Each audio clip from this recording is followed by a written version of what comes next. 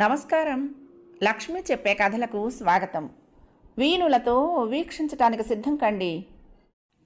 ప్రియ సఖులు, ఇప్పుడు మనం ప్రముఖ సీనియర్ రచయిత శ్రీ పిఎస్ నారాయణ గారు రచించిన ఆత్మీయం అనే నవలను ధారావాహికంగా విందామండి. ఈ నవల జూలై 2015లో స్వాతి సచిత్ర మాసపత్రిక అనుబంధ నవలగా ప్రచురింపబడింది. ఇప్పుడు మొదటి భాగం వినేద్దామండి. ఆ రోజు మధ్యాహ్నం రిజిస్టర్డ్ పోస్టులో వచ్చిన ఉత్తరం చక్రవర్తిని ఎంతగానో ఉద్విగ్నతకు లోను చేసింది. భూలోక స్వర్గం అంటూ వాళ్ళ తాతయ్య బ్రతుకున్నంతకాలం చెప్పిన సాయిరాంపురంలో అతడికి ఉపాధ్యాయుడిగా ఉద్యోగం రావటం ఓ అద్భుతంలా తోచింది. ఆ ఊళ్ళో ఉన్న ప్రభుత్వ ఉన్నత పాఠశాలలో లెక్కల టీచర్గా నియమిస్తూ వచ్చిన ఉత్తర్వులవి. వారం రోజుల్లో వెళ్ళి చేరాలి. తండ్రితో ఆ విషయం చెప్తే, అదో గొడ్డు పల్లెటూరు గదిరా, ఇంకెక్కడైనా మంచి ఊరిలో వస్తుందేమో ప్రయత్నించరాదు అంటూ కొడుకు ఆనందం మీద బిందెడు నీళ్లు గుమ్మరించాడు.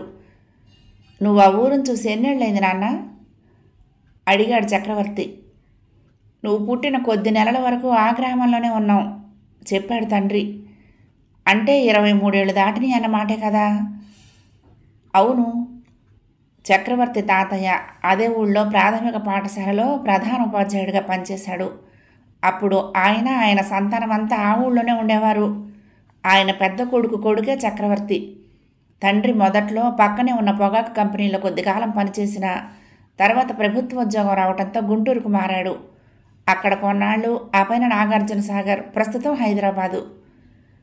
25 ఏళ్లుగా దేశం ఎంతగా మారిపోయిందో నీకు తెలియదా నాన్న అన్నాడు నవ్వుతూ చక్రవర్తి తండ్రితో. అంటే వెళ్ళి ఆ ఉద్యోగంలో చేరటానికి నిర్ణయించుకున్నావన్నమాట. తాతయ్య బతికున్నంతకాలం ఆ ఊరి చుట్టూ పచ్చటి పొలాలతో ఎంత అందంగా ఉండేదో, అక్కడ మా నీళ్లు ఎలా కళకళలాడుతూ ఉండేదో చెప్పిన సంగతుల్ని నేను మర్చిపోలేకపోతున్నాను నాన్న అన్నాడు చక్రవర్తి. తండ్రి నవ్వేసూరుకున్నాడు. తాతయ్య చెప్పింది వినటమే కానీ నేనైతే ఎప్పుడూ ఆ ఊరు వెళ్ళలేదు, చూడలేదు. కనుక ఓ పని చేస్తాను. వెళ్ళటమైతే వెళ్ళి ఆ ఉద్యోగంలో చేరి ఆయన చెప్పిన మన ఊరు మన ఇల్లు ఎంత అద్భుతమైనవో చూస్తాను. తాతయ్య మాటలు నిజమే అయితే అక్కడే ఉండిపోతాను, లేదా అక్కడి నుంచి బదిలీ చేయించుకుని వచ్చేయటమో, కుదరకపోతే మరొక ఉద్యోగం చూసుకోవటమో చేస్తాను చక్రవర్తి మనస్ఫూర్తిగానూ నిజాయితీతోనూ చెప్పాడు. మీ అమ్మకు చెప్పేమంటుందో? చక్రవర్తికి తెలుసు తండ్రిని ఒప్పించగలిగితే తల్లిని ఒప్పించడం ఏమంత కష్టం కాదని. నీ ఇష్టం రా. ఉద్యోగరీత్యా ఎవరు ఎక్కడ తేలతారో ఎవరికి తెలుసు. నేను పెళ్లి చేసుకుని మీ నాన్న చేయి పట్టుకుని ఆ ఊళ్ళో కాలు పెట్టాను. ఆ రోజున ఆ ఊళ్ళో ఉండాల్సి వస్తుందని అనుకోలేదు. ఇప్పుడు ఇక్కడ హైదరాబాద్కు చేరి ఒక సొంత ఇల్లు కట్టుకుంటామని అనుకోలేదు. ఎవరి గమ్యం ఏటో ఎవరూ చెప్పలేరు కదా.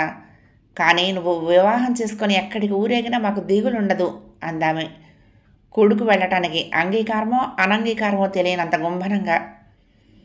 నువ్వేమి దిగులు పడకమ్మా.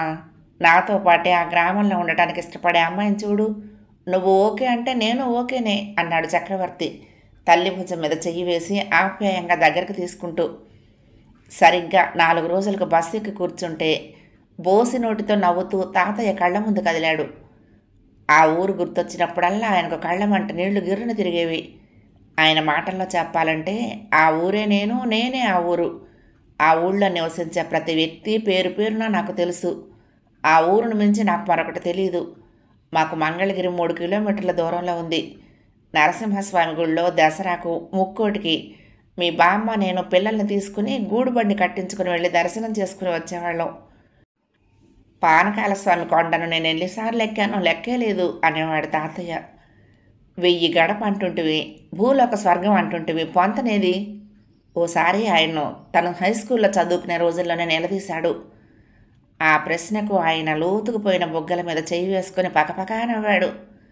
స్వర్గం అంటే ఏమిట్రా ప్రశ్నించాడు. అన్ని ఆనందాలు మనకు లభించే ప్రదేశం అని. నేను అంగీకరించనురా. డబ్బు పారేస్తే చండాలపు సుఖాలన్నీ పొందినంత మాత్రాన అది స్వర్గం ఎలా అవుతుంది? మనిషికి నడుమ ఆత్మీయత ఆప్యాయత ఉండాలిరా. అలాంటి వాళ్ళ నడుమ బ్రతకటం, పచ్చని చెట్ల కింద తిరగటం, కడుపుకు తిండి కోసం వెనక్కు తిరిగి చూసుకోవలసిన అవసరం లేకపోవటమే స్వర్గం అంటే. అక్కడ మేము ఎప్పుడైనా కూరలు కొనుక్కున్నామా? మా వాకిట్లో పందిరి మీదకు కాకరపాదు, దొండపాదు, సొరపాదు పాకుండేవి. వాటి కాయల్ని నేను నలుగురికి పంపిస్తే మా ఇంటికి ఎన్ని రకాల కూరలు వచ్చేవో తెలుసా? నాకున్నది 2 ఎకరాల చెక్కే. అయితేనే రాజాలా బతికావు నేను, మీ బామ్మ, మా పిల్లలు ఆ పంట తింటూ, ఉపాధ్యాయుడిగా గౌరవప్రదమైన ఉద్యోగం చేసుకుంటూ.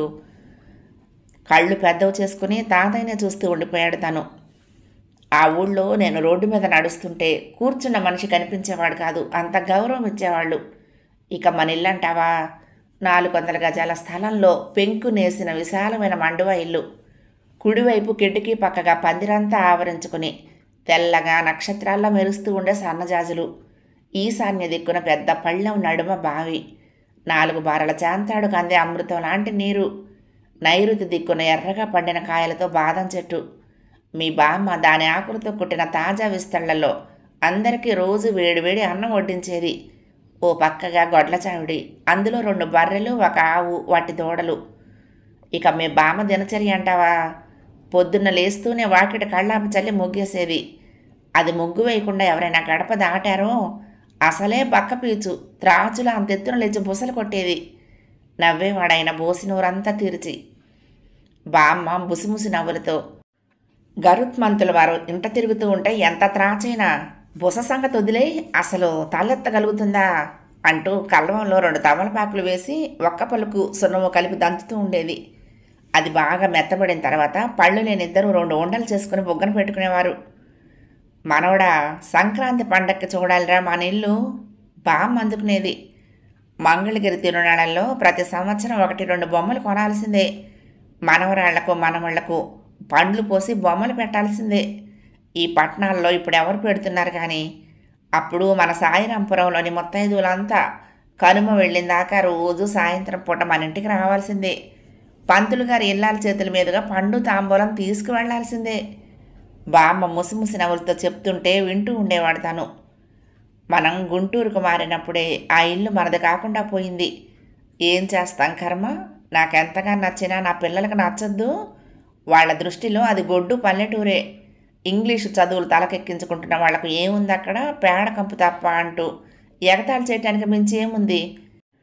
విజయవాడలో ఎక్కిన గుంటూరు ఎర్ర బస్సు సాయిరాంపురం బస్టాండ్లో కాలు పెట్టేటప్పటికి 8 గంటలవుతోంది.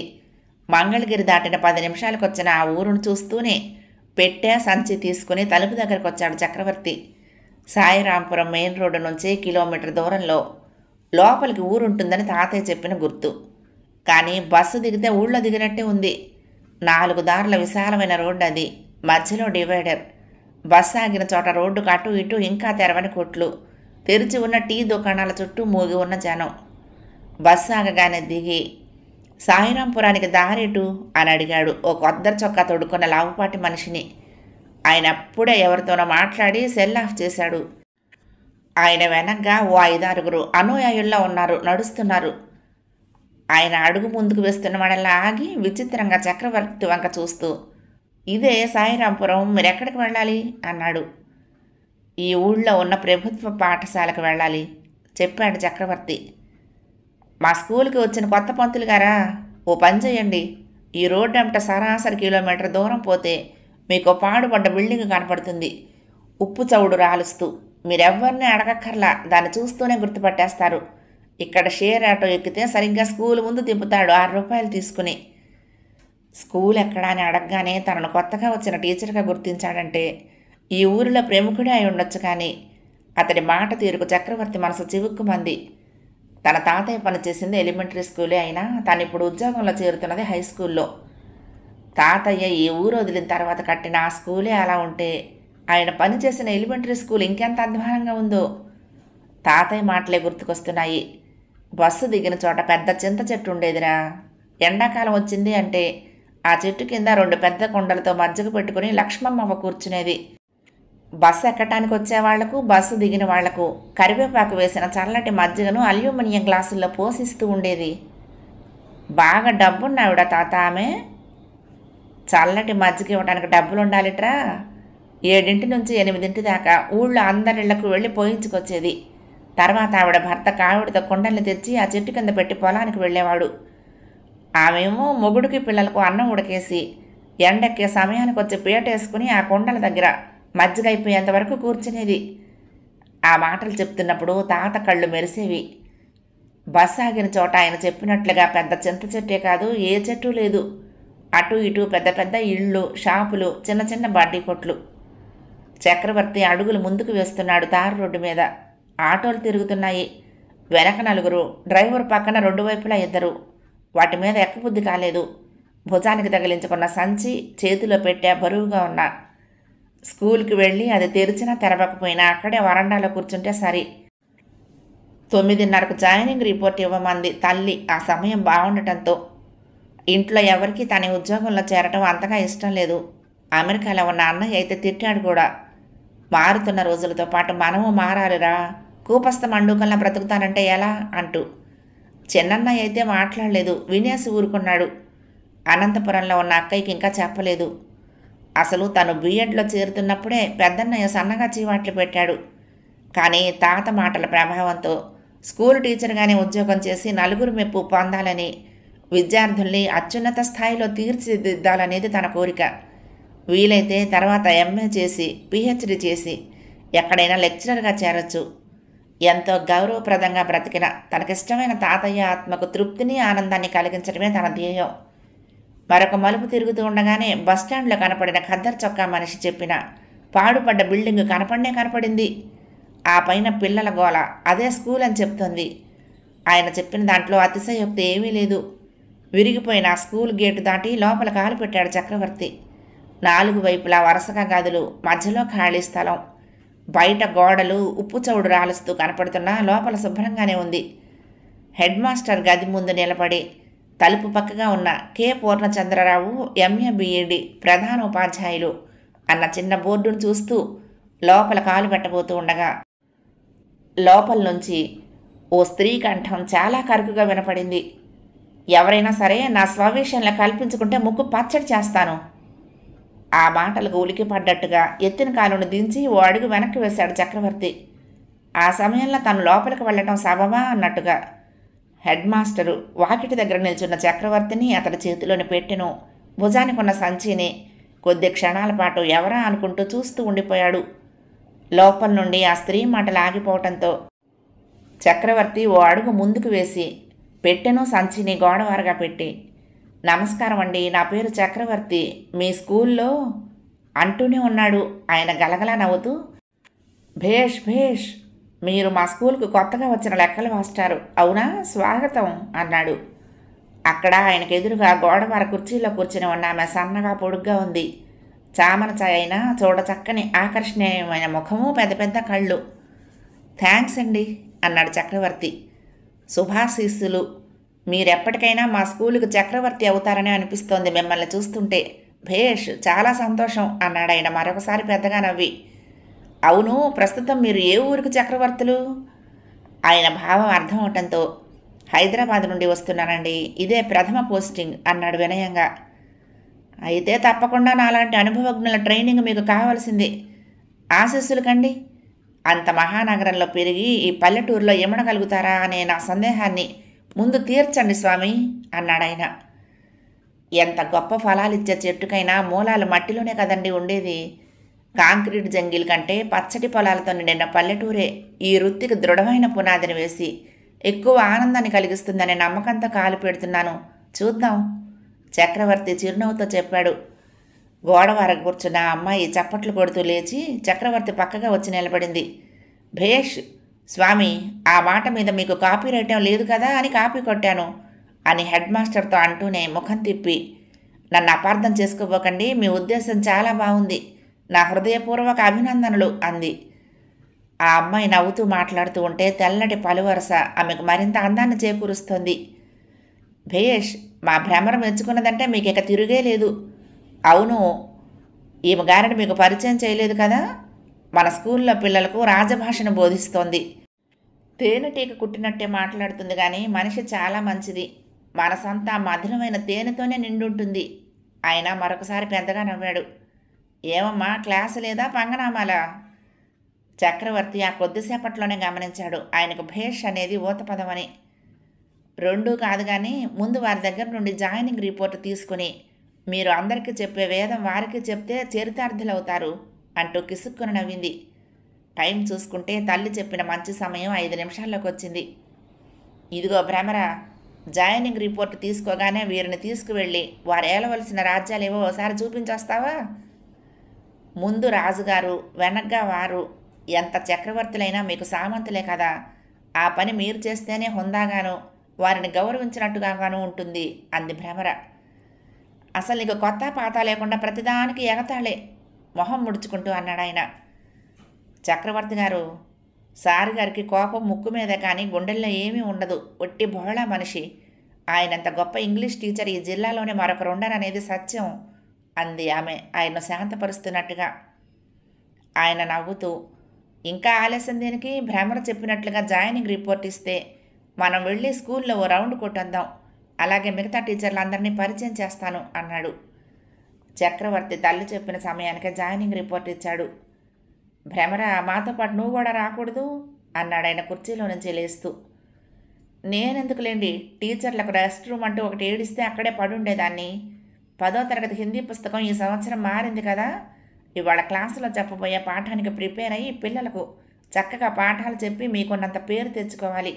ఇక్కడే కూర్చుని నా ఏడుపేద నన్ను ఏడవనియండి. ఆయన నవ్వుతూ ఆ గదిలో నుంచి బయట కాలు పెడుతూ ఉంటే చక్రవర్తి అనుసరించాడు. మీరు వివాహితులా? ఆయన ప్రశ్నించాడు. ఇప్పుడు తల్లిదండ్రుల అనుమతితోనే ఈ ఊరు రాగలిగాను. అది కూడా అయితే 3వ వారి అనుమతి లభించడం కష్టమయ్యేదేమో చెప్పాడు చక్రవర్తి నవ్వుతూ. భేష్, అయితే చెయ్యి కాల్చుకోవటమేనన్నమాట. మీకు చిన్న ఇల్లు కూడా చూడాలి. అవును, పెళ్లి కాని డ్రాయింగ్ మాస్టర్ చిదంబరం అక్కడే 2 గదుల కొంపలో కాలం వెళ్ళబుచ్చుతున్నాడు. మీకు గది దొరికేటంత వరకు ఆయన ఏమన్నా ఆశ్రయం కల్పిస్తాడేమో కనుక్కుందాం. మీకేం అభ్యంతరం లేదు కదా? అయ్యో, అంతకంటే ఆనందం ఏమున్నదండి. అలాగే. భేష్, ఇంకేం లంచ్లో మాట్లాడుకుందాంలే. పూర్ణచంద్రరావు గారికి ఇంకొక సంవత్సరమే సర్వీస్ ఉన్నదట. ఆయన మాట తీరు మంచివాడనే కాకుండా సరదా మనిషిని కూడా చెప్తోంది. స్కూల్లో 20 మంది దాకా టీచర్లు ఉన్నారు. అన్ని క్లాసులు కలిపి 600 మంది విద్యార్థులు ఉంటారు. హోటల్ లాంటిది ఏమైనా ఉంటే చేతులు కాల్చుకోవటం మొదలు పెట్టేటంత వరకు కడుపుకింత తిండికి ఇబ్బంది లేకుండా ఉంటుందని అనుకుంటున్నాను చక్రవర్తి ఆయనతో అన్నాడు. ఇది పల్లెటూరు కాదు, పట్నము కాదు. బ్రహ్మచారులకు గది దొరకటమే గగనం. ఇక హోటల్ అంటావా? బస్సు దిగిన చోటే ఓ హోటల్ ఉంది కానీ శుభ్రంగా ఉండదు. నువ్వు అక్కడ కూర్చొని తినలేవు. నేను ఈ మధ్యనే విన్నాను, శారదాంబ గారని ఒక ఆమె నీలాంటి వాళ్లకు 2-3 వంట చేసి క్యారియర్ పంపుతున్నదని. జవాన్ను పంపి వివరాలు కనుక్కుందాంలే అన్నాడు. ఆయన ఆలోచన బాగుంది. అదే సానుకూలమైతే తనకొక బెడద తీరుతుంది. మధ్యాహ్నం భోజన విరామ సమయంలో చిదంబరం గారికి చక్రవర్తి సమస్య కూడా చెప్పారు. ఆయన పెద్దగా ఆలోచించలేదు. 3 గదుల ఇల్లు, చిన్న కొంపేమి దొరక్క 1000 రూపాయలు అద్దిస్తూ ఆ ఇంట్లో పడున్నాను, షేర్ చేసుకుందాం అన్నాడు సంతోషంగా. గ్రామం అనబడే ఈ ఊళ్ళోనే ఇంటికి 1000 రూపాయల దాకా అద్దె ఉన్నదంటే ఇప్పుడు ఇది ఎంతగా మారిపోయిందో. చిదంబరం వండుకు తింటున్నాడు. తను ప్రయత్నించవచ్చు అలవాటు లేకపోయినా. అభ్యాసం కూసి విద్య అన్నారు కదా. 43 కూడా ముందు తప్పటడుగులు వేయకుండానే అంత పేరు తెచ్చుకుని ఉంటాడా? మంచిదండి, ఆనందం. నాకు ఒక సమస్య తీర్చారు. అభ్యంతరం లేకపోతే వంటలో కూడా షేర్ చేస్తాను అన్నాడు చక్రవర్తి. ముందు ఇల్లు చూడండి, నచ్చితే చీరలు కట్టుకుండే ఆలోచన అప్పుడు ఆలోచించవచ్చు అన్నాడు చిదంబరం. టీచర్లందరికీ పరిచయం చేసి తన గదిలోకి తిరిగి వచ్చేటప్పటికి గంట పట్టింది. ఇంకా భ్రమర హెడ్ మాస్టర్ గదిలోనే కూర్చుని ఉంది. భేష్, అది నిజాయితీ అయిన పని అంటే. తీసుకుంటున్న జీతానికి కష్టపడి పిల్లలకు చదువు చెప్పటం ఓ దైవ కార్యం అమ్మా. చక్రవర్తికి చటుక్కున్న తాతయ్య మాటలు గుర్తొచ్చాయి. ఆయన ఈ ఊళ్ళో పనిచేసిన వైనం చెప్పాలని నోటిదాకా వచ్చింది, కానీ పరోక్షంగా ఆయన పేరు ప్రఖ్యాతులను తెలుసుకొని అప్పుడు గర్వంగా తానెవరో చెప్పాలనుకున్నాడు. అలాగే తమ పాత ఇంటిని గురించి కూడా రహస్యంగా ఆచూకీ తీసి దాని వైభోగాన్ని చూడాలనుకున్నాడు. అసలు 30 సంవత్సరాల క్రితం ఎలిమెంటరీ స్కూల్ టీచర్గా పనిచేసిన ఆయన ఇప్పుడు ఎంతమందికి గుర్తున్నాడో ముందు తెలుసుకోవాలి. భ్రమర, మాస్టర్కి స్కూల్ అంతా చూపించొచ్చాను. 10th పరీక్షల్లో మన స్కూలు పిల్లల విజేతల శాతం పెరగటానికి ఏం చేస్తే బాగుంటుందో మీ ఇద్దరూ ఆలోచించండి అన్నాడు నవ్వుతూ. కొత్తగా ఉద్యోగంలో చేరిన వాళ్లకు కొత్త కొత్త ఆలోచనలు ఉండటం సహజం కదా అన్నాడు. పెద్ద ఆయన యావంతా 10th క్లాస్ పిల్లల ఉత్తీర్ణతలో ఎర్రగీత దాటాలని ఎంత ప్రయత్నించినా 49% దాటి చావటం లేదు. పాపం రిటైర్ అవ్వబోతున్న ఈ సంవత్సరంలోనన్నా దాన్ని 51 చేసి ఘనమైన వీడ్కోలు ఇవ్వాలని స్టాఫ్లో చాలామంది ఇప్పటికే సర్వ విధాలా ప్రయత్నిస్తున్నాం. ఇక మార్కులు స్కోర్ చేయగలిగిన మీ సబ్జెక్టులో మీరు కాస్త చొరవ చూపిస్తే అదేమంత కష్టమని నేను అనుకోను అంది చక్రవర్తిని చూస్తూ. చూద్దాం ఎంతవరకు మనం విజయం సాధిస్తామో. ఇద్దరికీ మొదటి ఉద్యోగమే ఇది అంది నవ్వుతూ. పళ్ళు తళతళ మెరుస్తూ ఉంటే ముత్యాలు రాలుతున్నాయా అనిపించింది. అమ్మమ్మ, నువ్వు చెప్పింది బేషుగ్గానే ఉంది, కానీ ఎప్పుడూ పాత నీటి కొంటే కొత్త నీరు తీయగా ఉంటుందమ్మా. మీరు ముందుంటే చాలు, ఫలితాలు బ్రహ్మాండంగా దూసుకుపోతాయి. 51 ఏమిటి, 70 దాటి ఈ జిల్లాకే మకుటం అవుతుంది మన స్కూలు. ఈ బ్రహ్మచారి గారికి ఏ దిగులు లేకుండా నివాసాన్ని ఏర్పాటు చేశాను. ఇక ఖాళీ సమయాన్ని ఆలోచనలతో నింపవలసింది స్కూలు భోజనం గురించే. రెండో దాని గురించి కూడా ఏదో ఒక ఏర్పాటు చేస్తానులే. సాయంత్రానికల్లా టైం టేబుల్ ఇస్తాను, కానీ రేపటి నుంచి గోదాలోకి దిగాలి చక్రవర్తి గారు మీరు అన్నాడు పూర్ణచంద్రరావు. మీరు తలుచుకుంటే కానిదే ఉంటుంది పూర్ణచంద్రరావు గారు. మీ అనుభవం ముందు మావి కుప్పిగంతులే. కొత్త పంతులు గారు ఇలా అనుభవజ్ఞుడే కాదు, మహామేధావి కూడా. చూస్తూ ఉండండి, సంవత్సరం తిరగకుండా మీ బ్రహ్మచర్యం కూడా వదలగొడతారు అంది పకపక నవ్వుతూ భ్రమర. ఆమె మాటలకు బిత్తరపోయాడు చక్రవర్తి. ఆ పూట చిదంబరమే ఇద్దరికీ వంట చేశాడు. అతడి వంటను చక్రవర్తి మెచ్చుకోకుండా ఉండలేకపోయాడు. గెరిటి తిప్పటంలో చెయ్యి తిరిగిన మనిషే. ఆయన వంట చేస్తున్న సమయంలో తను తీసుకోవలసిన క్లాసుకు సంబంధించి లెక్కల పుస్తకాన్ని తిరగేశాడు. చిదంబరం ఒక చాపు ఇస్తే తనకంటూ ఇచ్చిన గదిలో నేల మీద పరిచి దాని మీద దుప్పటొకటి పడేశాడు, పడుకోవటానికి అన్నట్టుగా. ఇక సామాన్లన్నీ ఒక్కొక్కటి ఏర్పరచుకోవాలి. భోజనం చేస్తూ ఉండగా తోటి ఉపాధ్యాయులపైన హెడ్ మాస్టర్ గురించిన వివరాలు మాట్లాడుకున్నారు ఇద్దరు. పూర్ణచంద్రరావు గారు పైకి నవ్వుతూ భేష్ భేష్ అంటూ సాత్వికంగానే మాట్లాడతాడు, కానీ పని విషయంలో రాక్షసుడే. క్రమశిక్షణను ఆయన ఆచరించడమే కాకుండా మనందరినీ ఆచరించమంటూ ఊదరపడతాడు. ఈ రోజుల్లో ఎక్కడుండి చచ్చిందండి ఇది అన్నాడు నిరాశగా చిదంబరం. ఆ మాట అనొద్దండి. నలుగురు ఆయనలాగా ఓ పట్టు పడితేనే జిల్లాలోనే కాదు రాష్ట్రంలోనే మన స్కూలుకు మంచి పేరు వచ్చేది. కార్పొరేట్ స్కూల్స్ డబ్బున్న వాళ్ళ పిల్లల కోసం పెట్టినవి. ఆ ఫీజుల్ని భరించలేని వాళ్ళ నిలయాలే ఇవి. ఇందులో తెలియగల వాళ్ళు ఉండరనా మీ ఉద్దేశం? నా ఉద్దేశం అది కాదు. కాస్తంత తడబడ్డాడు చిదంబరం. తలుచుకుంటే ప్రైవేటు పాఠశాలలకు మించిన ఫలితాలు ఇక్కడ తెప్పించవచ్చు. కావలసిందంతా పట్టుదలే అన్నాడు చక్రవర్తి. చూద్దాం కానియండి. కొత్తల్లో చాలామంది ఇట్లానే అంటారు. సంవత్సరం తిరిగేటప్పటికి వాళ్ళు నీరసించిపోయి ఎలా చెప్పినా మన జీతం మనకు వస్తుంది కదా అనే ధోరణిలోకి వెళ్ళిపోతారు. ఈ ప్రభుత్వ స్కూళ్లలో మనకేం ప్రోత్సాహం ఉంటుందండి. చదువు సరిగ్గా చెప్పిన వాడిని చెప్పని వాడిని కూడా ఒకే ఘాటులో కట్టేస్తారు అన్నాడు చిదంబరం. నేను ఈ ఊరి మీద ఎంతో అభిమానంతో వచ్చాను. నా సబ్జెక్టులో విద్యార్థుల్ని ఉత్తేజుల్ని చేయాలనేది నా కోరిక. పూర్ణచంద్రరావు గారు ఈ సంవత్సరం ఉద్యోగ విరమణ చేయబోతున్నారని తెలిసింది. ఆయనంటే అందరికీ గౌరవం ఉన్నట్టుగా ఒక్క రోజులోనే గ్రహించాను. అందుకే రాష్ట్ర పాఠంలో మన బడి ఓ మెరుపు మెరిసేలా చేసి ఆయనకు ఘనమైన వీడ్కోలు ఎందుకు ఇవ్వకూడదో ఆలోచించండి. రేపు స్కూల్ మీటింగ్లో మన తోటి ఉపాధ్యాయులతో అందుకు శపథం చేయించాలనేది నా ఆలోచన అన్నాడు చక్రవర్తి దృఢమైన కంఠంతో. తాతయ్య కళ్ళ ముందు నిలబడి బోసి నోటితో నవ్వుతూ ఉండగా ఆయన ఎప్పుడు అనే మాటలు గుర్తుకొచ్చాయి. నేను వీధిని నడుస్తూ ఉంటే కూర్చున్న మనిషి కనపడేవాడు కాదురా అంటూ. గురువులకు అలాంటి గౌరవం లభించినప్పుడే విద్యార్థుల్లో చదువు మీద శ్రద్ధ ఏర్పడి ఉన్నత స్థితిలోకి వెళ్ళగలుగుతారు. విద్యార్థులకు ఉపాధ్యాయులంటే భయం ఉండాలి, కొడతారని కాదు. సబ్జెక్టులో ఆయన వేసే ప్రశ్నకు సరైన సమాధానం చెప్పగలిగి ఉండాలని. మీకు ఈ ఊరి మీద ఈ స్కూల్ మీద ఎందుకు అంత అభిమానం ఏర్పడింది? ఉత్సుకతగా అడిగాడు చిదంబరం. తాతయ్య గురించి చెప్పాలని నోటి దాకా వచ్చింది, కానీ ఇప్పుడు కాదు. ఈ గ్రామ ప్రజలకు ఆయన గుర్తున్నాడో లేదో తెలుసుకోవాలి. తన గుండెల్లో ముందు ఆయన మీద ఉన్న గౌరవాన్ని మరింత పటిష్టం చేసుకుని ఆయనున్న ఆ ఇంటి అందాన్ని కళ్ళారా చూసి అప్పుడు ఇక్కడకు తన రాకలోని అంతరార్థాన్ని నలుగురికి తెలియపరచాలి. ఆయన గొప్పతనానికి గుర్తింపుగా తాను ఈ వృత్తిని చేపట్టినట్లుగా నలుగురు తెలుసుకున్నప్పుడే తను ఆ ఆనందాన్ని ఆస్వాదించగలుగుతాడు అనుకున్నాడు. ఈ గ్రామం పేరులో నేను నమ్మిన దేవుడు ఉండటమే నన్ను ఇక్కడికి రప్పించింది అన్నాడు గుంభనంగా. చిదంబరం చేయి చాస్తూ ఆల్ ది బెస్ట్ అన్నాడు. నా సబ్జెక్టులో పరీక్షలే ఉండవు. ఎక్స్ట్రా కరిక్యులర్ యాక్టివిటీ కిందే తరగతిలో వారానికి ఒక రోజున ఓ గంట పాటు బొమ్మలు గీస్తున్నది. పిల్లలు కూడా దాన్ని తేలిగ్గానే తీసుకుని కాలక్షేపాన్ని కూర్చుంటారు. నా క్లాసులో ఉండవలసిన పిల్లల్లో ఎప్పుడూ సగం మందే ఉంటారు అన్నాడు. డ్రాయింగ్ మీద ఉత్సాహం ఉన్న పిల్లలు లేరంటారా? చక్రవర్తి సూటిగా చూస్తూ అడిగాడు. ఉండరని అనను, కానీ ఇళ్లల్లో కూడా అలాంటి పిల్లల్ని ప్రోత్సహించే వాళ్ళు ఉండాలి కదా. డ్రాయింగ్ పేపర్లు రంగులు కొనమంటే పెద్దవాళ్ళు ముందు చదువులు ఏడవండిరా, తర్వాత ఆ వెధవ బొమ్మలు వెదురు కానీ అంటూ తేలిగ్గా తీసి పారేస్తాడు అన్నాడు నిరుత్సాహపు నవ్వుతో చిదంబరం. ఒక పని చేద్దాం. మన స్కూల్లో 1 నుండి 10 దాకా తరగతులున్నాయి.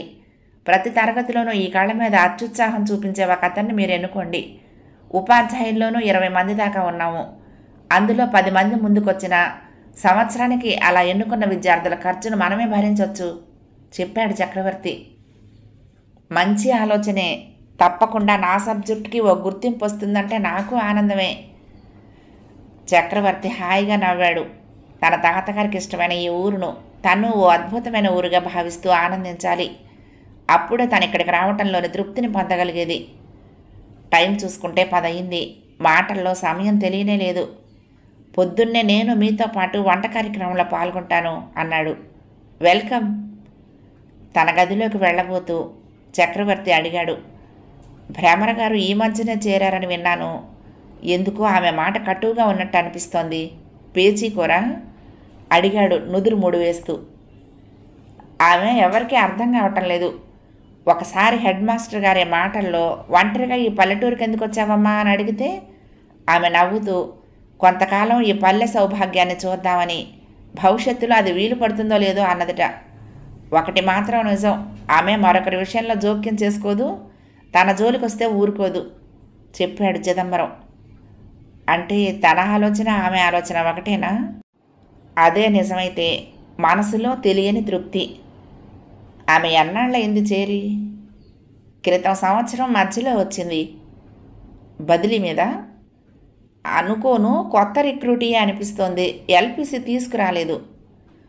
వివాహమైందా? తెలీదండి. ఏ ఊరు నుంచి వచ్చిందో తెలీదు, ఏం చదివిందో తెలీదు, ఇంతకుముందు ఎక్కడైనా పనిచేసిన అనుభవం ఉన్నదో లేదో తెలీదు. ఈ 6 నెలల్లో ఎవరు ఆమె గురించిన వివరాలు అడిగినా నవ్వేస్తుందే కానీ చెప్పలేదు. ఆమె వెనక ఏదో మిస్టరీ ఉన్నదని మా అనుమానం. మీరన్నట్టు కాస్త గడుసు మనిషే. పీటీ సారే 1కి 2 సార్లు వివరాల కోసం ఒత్తిడి చేస్తే, నా స్వవిషయంలో ఎవరైనా వేరు పెడితే ముక్కు పచ్చడి చేసి తర్వాత చెప్తాను ఆ వివరాలు అన్నది. అంతటితో ఆయన ఆమెతో మాట్లాడటమే మానేశాడు. మిగతా వాళ్ళకి ఆ సంగతి తెలిసి మరొకసారి ఆ ప్రశ్న వేయనే లేదు. ఆమె గుంటూరు నుండి వచ్చి ఉండొచ్చని భోగట్ట. కాస్త విచిత్రమైన మనిషేలేండి అన్నాడు చిదంబరం నవ్వుతూ. ఆమెను ఒక నిప్పు కణికలా భావిస్తూ దూరంగా ఉండటానికి అలవాటు పడ్డాం మేమంతా. కొత్త కదా అని మీకు చెప్తున్నాను. ఆమె దగ్గర చొరవ చూపించి అబాస్ అవ్వకండి. ఆ మాట తీరు చూస్తుంటే చిదంబరం కూడా ఆమె నోటి దెబ్బలు ఒకసారి రుచి చూసి ఉండొచ్చని అనిపించింది చక్రవర్తికి. అయినా అడగలేడుగా ఆ మాట. థ్యాంక్స్ అని ఊరుకున్నాడు. చాప మీద పడుకుని ఆలోచిస్తున్న అతనికి ముందు తల్లికి ఫోన్ చేయాలనిపించింది. పెట్టె తీసుకుని బయలుదేరుతూ ఉంటే ఆమె పదే పదే రోజు ఫోన్ చేయమని చెప్పడం గుర్తుకురాగా వెంటనే సెల్ చేతులకు తీసుకున్నాడు. తాతయ్య చెప్పిన వాతావరణం ఏది ఆ గ్రామంలో కనపడుతున్నట్లు అనిపించడం లేదు. పెద్ద పెద్ద మేడలు వెలిశాయి. మెయిన్ రోడ్డు నుంచి ఊరు లోపలికి కిలోమీటర్ దూరం ఉంటుందని ఆయన చెప్పాడు, కానీ తన బస్సును ఊళ్ళోనే దిగినట్లు అనిపించింది. తన పూర్వీకుల పెంకుటిల్లు ఇప్పటికీ అలాగే ఉందో, లేక చేతులు మారినట్లే రూపము మారిందో తెలియదు. ఆ ఇంటి ముందు పందిరికి పాకిన నక్షత్రాల్లో మెరిసే సన్నజాజి పూల తీగ ఇంకా ఉండుంటుందా? అలా ఉండుంటే తప్పకుండా దానిని స్వయంగా సృజించి తీరాలి. దొడ్లో బావి చుట్టూ పళ్ళెం. ఇప్పుడు బావిలో నీళ్లు ఎవరు తోడుతున్నారు? అన్నిటికీ పంపులే. అవకాశం ఉంటే ఆ ఇంట్లోనే తన నివాసం ఏర్పరచుకోవాలి. తన వాళ్ళు తిరిగిన ఆ ఇంట గతాన్ని గుర్తు తెచ్చుకుంటూ ఆనందంగా గడపాలి. కానీ తను గమనించాడు, ఇప్పుడు ఎటు చూసినా డాబాలు మేడలు, పెంకుటిళ్ళు చాలా తక్కువ కనపడ్డాయి. వచ్చిన 3 రోజులకి రాత్రి 9 గంటలప్పుడు వంట కార్యక్రమం పూర్తి చేసి భోజనాలు కూర్చుంటూ ఉండగా అంతకుముందు తను చూడని ఓ వ్యక్తి వచ్చాడు ఆ ఇంట్లోకి. సన్నగా పొడుగ్గా రేవటలా ఉన్నాడు. తొడుక్కున్న లాల్చి చాలా వదులుగా ఉన్నట్లు అనిపించింది. మధ్య పాపటి, నుదుట పొడుగ్గా తిలకం, కళ్లకు లావద్దాల కళ్ళజోడు. ఆయన చూస్తూనే చిదంబరం ఆహ్వానిస్తూ, "రండి ఆంజనేయులు గారు" అన్నాడు. ఆయన చక్రవర్తిని చూస్తూనే, "ఎవరో అతిథి వచ్చినట్టున్నారుగా, తర్వాత వస్తానులేండి" అంటూ వెనుతిరగబోయాడు. మనవాడేనండి, మన స్కూల్లో కొత్తగా చేరిన లెక్కల మాస్టారు. మీకు పరిచయం కాలేదా ఇంకా? ఎక్కడండి, విజయవాడ వెళ్ళాను. మా అక్కయ్యకి ఆరోగ్యం బాగోలేదని తెలిసి సాయంత్రమేగా వచ్చింది. లెక్కల మాస్టర్ అంటే చక్రవర్తి గారే కదా. ఆ మధ్య ఒకసారి పూర్ణచంద్రరావు గారు చెప్పారు కొత్త మాస్టర్ వస్తున్నారని. సారు ఒంటరిగా ఉండటం తాత్కాలికమేనా ప్రశ్నించాడు ఆంజనేయులు. నాకింకా వివాహం కాలేదండి అన్నాడు చక్రవర్తి ఆయన మాటలు అవగతం అవటంతో. త్వరగా చేసుకోండి మాస్టారు. మనం ఎక్కడ తిరిగినా ఎప్పుడొచ్చినా ముందు అన్నం పెట్టేది భార్యే. నేనింత హాయిగా తిరగగలుగుతున్నానంటే నాకు ఈ ఊళ్ళో ఉన్న 2 ఎకరాల చెక్క మా అత్తగారు నా కోసం కనిపించి అప్పచెప్పిన రత్నమే కారణం అన్నాడాయన. వీరు ఆంజనేయులు గారని, వీరిది విజయవాడ. 10 సంవత్సరాల క్రితం ఎవరో ఈ ఊరు బాగుంటుందని చెప్తే వచ్చి కొద్దిగా పొలం కొనుక్కొని ఊరు బయట చిన్న రెల్లు ఇల్లు వేసుకుని స్థిర నివాసం ఏర్పరచుకున్నారు. LIC, post office savings, mutual funds లాంటి చాలా వాటికి ఏజెంటు. కాస్తో కూస్తో వాటి మీద ఆదాయం ఉన్నా స్థిరంగా చేస్తున్నది వ్యవసాయమే. చిన్న తోట కూడా ఉంది. అందులో పండ్లతో పాటు కూరగాయలు పెంచుతున్నారు. అన్నింటికి మించి ఎవరికి ఏ ఆపదొచ్చినా ముందుండి సాయం చేస్తూ ఉంటారు. చిన్న చిన్న రోగాలను, రొస్టులను పంచదార గోళీలతో తగ్గిస్తూ ఉంటారు. చాలా మంచివాడు. నేను ఈ ఊరు వచ్చినప్పటి నుంచి నాకెంతో చేదోడు వాదోడుగా ఉంటున్నారు పరిచయం చేశాడు చిదంబరం. నా వైద్యం సరే, నేను సరే. ఎవరికైనా ఆరోగ్య సమస్య వస్తే 3 రోజులేనండి నేను మందిచ్చేది. అప్పటికి తగ్గకపోతే దండం పెట్టేసి మంచి డాక్టర్ దగ్గరికి వెళ్ళండి బాబు అని పంపించేస్తాను. మిడిమిడి జ్ఞానంతో రోగుల మీద ప్రయోగాలు చేయడం నాకు ఇష్టం లేదు అంటూ ఆయన గోడవారగా చాపేసి కూర్చున్నాడు. మొదటి భాగం సమాప్తం. ప్రియ సఖులు, ఈ కథ మీకు నచ్చితే తప్పకుండా లైక్ చేయండి, షేర్ చేయండి, కామెంట్ చేయండి, సబ్స్క్రైబ్ చేసుకుని నన్ను ఎంకరేజ్ చేయండి. ఉంటానండి. ప్రేమతో లక్ష్మి, కృష్ణా తీరం, దుర్గమ్మ సన్నిధానం. నమస్తే.